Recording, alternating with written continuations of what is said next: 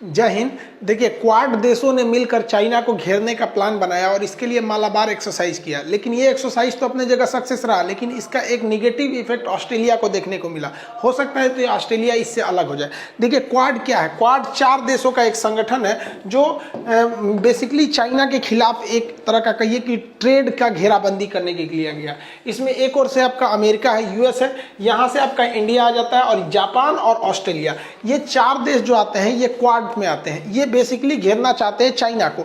China बहुत ज़्यादा aggressive हो रहा है। अब इन देशों ने इसमें से स्टार्टिंग किया था, भारत और अमेरिका ने एक अपना नेवल एक्सरसाइज, नौसेना का अभ्यास शुरू किया था 1992 में। उसका नाम रखा गया था मालाबार एक्सरसाइज। तो 1992 में इस एक्सरसाइज में केवल इंडिया और यूएस थे, लेकिन आगे चल के 2015 में इसमें जापान भी ज्वाइन कर लिया। तो इंडिया और यूएस स्टार्ट किए थे, इसमें आके जापान भी ज्वाइन कर लिया। और ये एक्सरसाइज हमेशा इंडिया के ही रीजन में किए जाते हैं।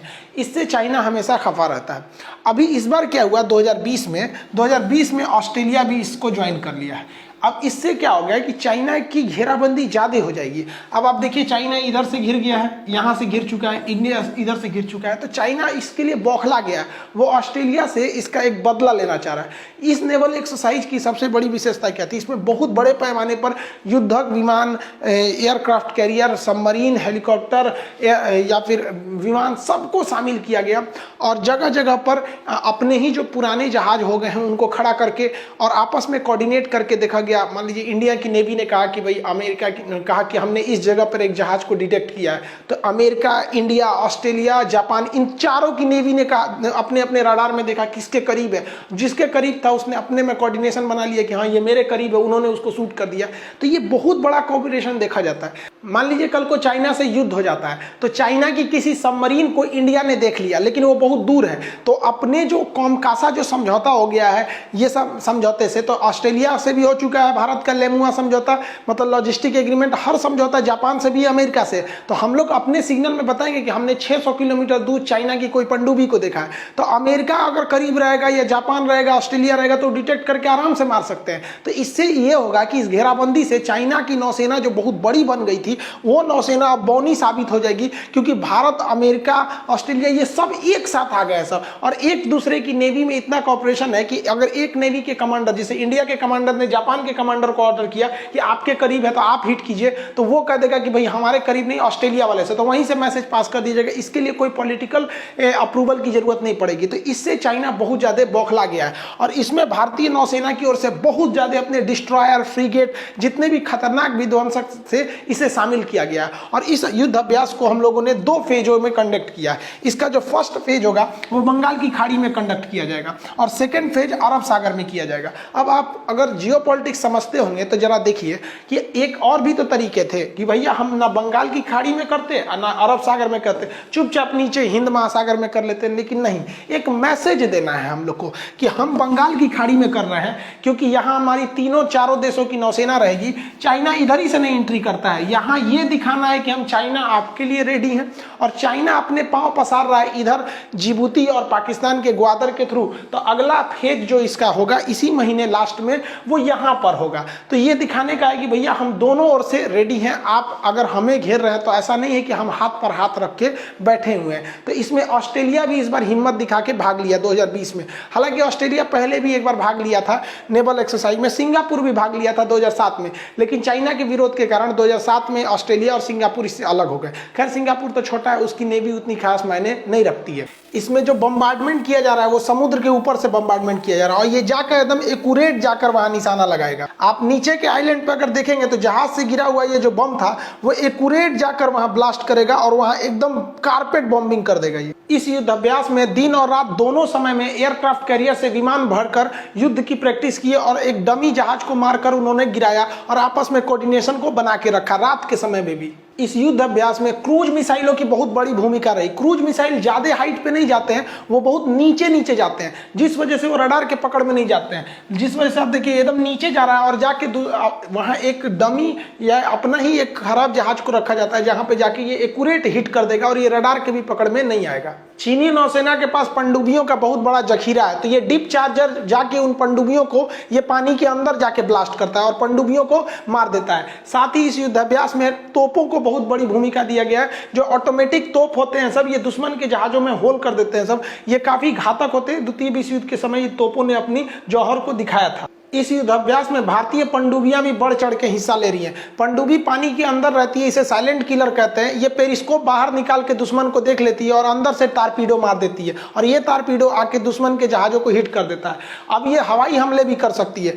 पनडुब्बी के अंदर पेरिस्कोप से हम रडार से दुश्मन के जहाजों को भी देख सकते हैं और उस पर भी हम लोग हमला कर सकते हैं। अब पनडुब्बियां बहुत ही ज्यादा एडवांस हो गई हैं। दुश्मन का जहाज इस पेरिस्कोप को भी नहीं पकड़ पाएगा, ये अंदर लेके चली जाती है, इस पेरिस्कोप को अंदर खींच लेगी। अब दुश्मन का रडार इसको खोजते रहेगा, अगर ये डीप में अंदर चली गई तो वो रडार से गायब हो जाता है, इसका फिगर रडार से गायब हो जाएगा। अब ये अंदर चली गई, छुप जाती है। इस युद्धाभ्यास से चाइना इतना डरा हुआ है कि अब वो भारत को तो कुछ कर नहीं सकता, क्योंकि भारत हटेगा नहीं। इशारा किया दिया तो भारत का है, जापान से उसकी ऐसी दुश्मनी है, अमेरिका हटेगा नहीं यहाँ पे। तो उसने देखा ऑस्ट्रेलिया ही कमजोर पड़ रहा है, तो ऑस्ट्रेलिया और चाइना के बीच में बहुत बड़ा व्यापार होता है, और इस व्यापार में ज्यादा फायदा ऑस्ट्रेलिया को होता है।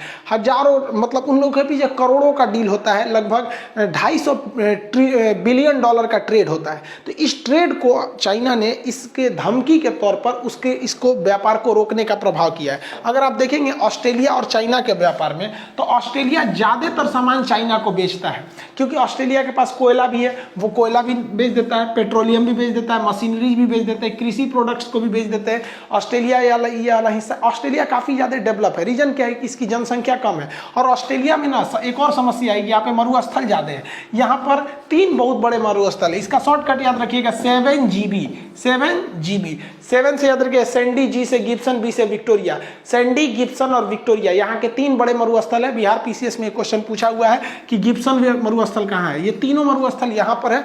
और आपको जानकारी के लिए पता होना चाहिए कि ऑस्ट्रेलिया का जो ईस्ट कोस्ट ये वाला एरिया है, इसे हम लोग कहते हैं ग्रेट बैरियर रीफ। इसे हम समुद्र का बागीचा कहते हैं, क्योंकि यहाँ पर बहुत ज्यादा क्या है, सब मूंगा है, सब कोरल क्या होते हैं सर, एक समुद्री जीव होते हैं जो बहुत रंग बिरंगे होते हैं। अब ये जिंदा रहते हैं, मर जाने के बाद ये यहीं पे पड़े रहते हैं, तो बड़ा सुंदर लगता है। तो ये ऑस्ट्रेलिया में 2000 किलोमीटर लंबे इनकी करोड़ों प्रजाति पाई जाती है, अरबों खरबों। तो लोग समुद्र में डाइविंग करने जाते हैं, ऐसे बहुत सुंदर मनोहर दृश्य लगता है। इसे विश्व धरोहर में भी शामिल किया गया। तो ये ऑस्ट्रेलिया के पश्चिम डायरेक्शन में आता है, इतना तो आपको पता होना चाहिए यहाँ पर। अब ऑस्ट्रेलिया जो है वो ज्यादातर तो ट्रेड इसको करता था, चाइना को घाटा लगता था, चाइना ज्यादा सामान बेच नहीं पाता था, क्योंकि यहाँ की जनसंख्या कम थी। अगर आप ऑस्ट्रेलिया का व्यापार देखेंगे तो ऑस्ट्रेलिया का चाइना के साथ 235 बिलियन डॉलर का व्यापार है, 235 बिलियन डॉलर के बाद। जबकि इंडिया के साथ देखेंगे तो इंडिया के साथ इसका महज 35 बिलियन डॉलर का है। 30 बिलियन है, वो तो 35 होने जा रहा है। तो सोचिए, इंडिया से और चाइना से अगर हम व्यापार को देखेंगे तो जमीन आसमान का अंतर आ जाता है। तो कभी भी ऑस्ट्रेलिया ट्रेड के मामले में हम चाइना से मतलब बिगड़ना नहीं चाहेगा। और हम लोग तो आने वाले 30 से 40 साल में एड़ी से चोटी लगा देंगे कि भले ऑस्ट्रेलिया से और चाइना में दुश्मनी हो गया है, तो ऑस्ट्रेलिया के इतने मार्केट को हम इंडिया में खपा दे तो आगे 2050 तक ये पॉसिबल नहीं है। कितना बढ़ाइएगा जी, 35 बिलियन डॉलर से एक ही बार 235 बिलियन डॉलर हो जाएगा, इतना तो कभी होगा ही नहीं। अब इसी का फायदा उठा लिया चाइना ने। चाइना ने कह दिया कि देखो भैया, फायदा तो व्यापार में तुम ही को होता था, क्योंकि हमको घाटा होता था, तुम ही ज्यादा बेच देते थे। हम तुम्हारा लगभग 8 बिलियन डॉलर का कुछ सामान पर रिस्ट्रिक्शन लगा दिया। अब ऑस्ट्रेलिया के अंदर दिक्कत आ गया है, क्योंकि ऑस्ट्रेलिया को इस क्वाड के झमेले से या चाइना से कोई दिक्कत नहीं है। आप ऑस्ट्रेलिया को देखेंगे ना तो एकदम साइड में आ जाता है ऑस्ट्रेलिया का ये एरिया। इसको ज्यादा कोई स्ट्रेटेजिक लोकेशन से इसको कोई मायने नहीं रखता है। अब आने वाले वक्त में हो सकता है कि ऑस्ट्रेलिया इधर से हट जाए। अब इसके लिए भारत की जिम्मेदारी है कि भारत को करना चाहिए कि ऑस्ट्रेलिया को समझाए या कुछ ऐसा काम करे कि ऑस्ट्रेलिया को नहीं एक कॉन्फिडेंस मिले और चाइना को घाटा लगे। ऐसा कर सकता है भारत। आप अगर भारत और चाइना का व्यापार को अगर देखते हैं तो चाइना हमें 65 बिलियन डॉलर बेचता है और लगभग 15 या 16 बिलियन डॉलर हम लोग उसे बेचते हैं। यानी हम लोग से वो खरीदता है 15 बिलियन डॉलर का और हम लोग को बेचता है 65 बिलियन डॉलर। अब जो सोचिए हम लोग को घाटा कितना लग रहा है, हम लोग को घाटा लगता है 50 बिलियन डॉलर। इतना भयानक घाटा लेके हम सह रहे हैं चाइना से, उस पर वो चुट्टा गलवान में घुसता है, कभी पाकिस्तान में इन्वेस्ट करता है, सीपीईसी सड़क कश्मीर से लेके गुजर जाता है, हमको यूएनओ में मदद करने नहीं देता है, बीटो नहीं देता है, हर जगह अड़ंगा लगाता है, ऐसे लड़ाई करता है जैसे देखते हो ना घर में सास बहू में लड़ाई होता है, उस तरह से कांड करके रख देता है यहाँ पे। फिर भी हम लोग चुप बैठे रहते हैं। लोग हम लोग को जवाब देना पड़ेगा और इससे अच्छा मौका कहीं नहीं है। निर्मला सीतारमण जी आप समझ जाइए, इससे बेहतरीन मौका नहीं है। हम लोग भी चाइना के व्यापार को रोक दें। जिस तरह से चाइना ने ऑस्ट्रेलिया का रोक दिया कि भैया हमको घाटा लग रहा था मत लो, वो इसीलिए रोका ताकि वो ऑस्ट्रेलिया को मैसेज दे सके कि तुम इस ग्रुप में मत जाओ। तो भारत को भी रोक देना चाहिए कि भैया हम भी तुमसे नहीं खरीदेंगे क्योंकि हमको भी बहुत ज्यादा घाटा लग रहा है। और इसको तुरंत करना एकदम जरूरी है, इसलिए जरूरी है ताकि मैसेज जाए। चाइना मैसेज दे दिया कि तुम इसमें जाओगे तो हम तुमको घाटा लगा देंगे, और यहाँ सरकार मजबूर हो जाएगी सोचने के लिए, क्योंकि भारत उतना बड़ा व्यापार दे नहीं पाएगा, क्योंकि हम लोग खुद आत्मनिर्भर बनने के चक्कर में है। तो ऑस्ट्रेलिया को कहाँ से जगह देंगे यहाँ पर हम लोग? तो हमारे पास यही रास्ता, एक तीर से दो निशान। हमको बहाना मिल जाएगा कि भैया हम ऑस्ट्रेलिया के साथ हैं, तो ऑस्ट्रेलिया भी देख लेगा कि भाई हम दोनों क्या है, सब एकदम साथ साथ है सब। और नहीं, अगर भारत यहाँ डिसीजन नहीं लिया तो एकदम चौपट करेगा। फिर कोई दुनिया का देश डरेगा भारत के साथ आने के लिए, क्योंकि चाइना उनके व्यापार को चौपट करेगा। चाइना दुनिया के हर देश के मार्केट इकोनॉमी में घुस चुका है। यहाँ ऑस्ट्रेलिया अगर छूट गया ना तो कुछ नहीं कर सकते। अब तक तो गवर्नमेंट को ये मैसेज दे देना चाहिए। पता नहीं क्या कर रही है निर्मला सीतारमण, समझाइए ना मोदी जी उनको। काज ने कौन सी बैठा ला, ये लोग बिहार चुनाव में कर रही है कि वैक्सीन फ्री में देंगे। अरे हटाइए ना, वैक्सीन सबको फ्री में मिलेगा, कोई जरूरी थोड़ा कि बिहार में। अभी ये सब देखिए इकोनॉमी, मोदी जी समझा रहे हैं, जानते हैं क्या कर रहे हैं? कर रहे हैं कि तो ऐसे तो खान सर एक्टिव रहते हैं। अब बताइए, अब तक मैसेज दे देना चाहिए। देखें 2 दिन हुआ युद्धाभ्यास शुरू हुए, चाइना ने मैसेज दे दिया और हम लोग अभी बिजी हैं, पता नहीं कौन सी के दिन में आएगा। अगर आप एग्रेसिव नहीं रहिएगा तो दुनिया माफ नहीं करेगा। और हमने किया है, आप याद कीजिए, आज से 20 साल पहले, चलिए 20-22 साल पहले, जब अटल बिहारी वाजपेयी प्रधानमंत्री थे, ये बूढ़ा व्यक्ति उस समय 1998 में जब हमने एटम बम का परीक्षण किया था तो अमेरिका ने ये प्रतिबंध लगाया था। आप अंदाजा लगा लीजिए कैसा प्रतिबंध था। उत्तरी कोरिया पे वही प्रतिबंध आज भी लगा हुआ है एटम बम का, ईरान पे वही प्रतिबंध लग रहा है। दोनों देश की अर्थव्यवस्था चौपट हो गई कि नहीं? लेकिन यशवंत सिन्हा जो थे हमारी अर्थव्यवस्था को बचा ले गए थे। ये भी तो बीजेपी की थे। हम थोड़ी कह रहे हैं कि आप लेके चलिए कौन और पार्टी से, आप अपने पार्टी से लाइए। ये भी तो है, अभी जिंदा ही है, इनको बनाइए। योग्य व्यक्ति को देना चाहिए। आपको भी लगता है कि इकोनॉमी भगवान भरोसे छोड़ के बैठी हुई है, तुरंत एग्रेसिव रहना चाहिए। विदेश मंत्री, रक्षा मंत्री, गृह मंत्री और ये वित्त मंत्री एकदम धाकड़ होना चाहिए। दुश्मन ना दिन रात दुआ मांगे कि मर जाए सभी सब, तो इतना चंडाल होना चाहिए, तब ना हम लोग राज कर पाएंगे। नहीं तो चुपचाप करते हम लोग क्या करेंगे? साला चाइना कुछ कर देता है तो सोचो कि हाँ इसका जवाब क्या है, फिर कुछ करेगा इसका हम लोग जवाबें देते रहेंगे। हमें ऐसा कांड करना चाहिए कि वो सोचे, हमें घेरने के बजाय वो हमें काटने के पीछे सोचे कि कौन कौन चाल चल दिया। इन लोग से हो ही नहीं रहा है। समझाइए मोदी जी, हाथ 1-2 हाथ लगा दीजिए, नहीं समझ रहे थे। यहाँ पे इकोनॉमी चौपट होगा, यहाँ पे कितना कोई बर्दाश्त करेगा? सीखिए अटल बिहारी वाजपेयी से, यशवंत सिन्हा से, इन्हीं की पार्टी के थे।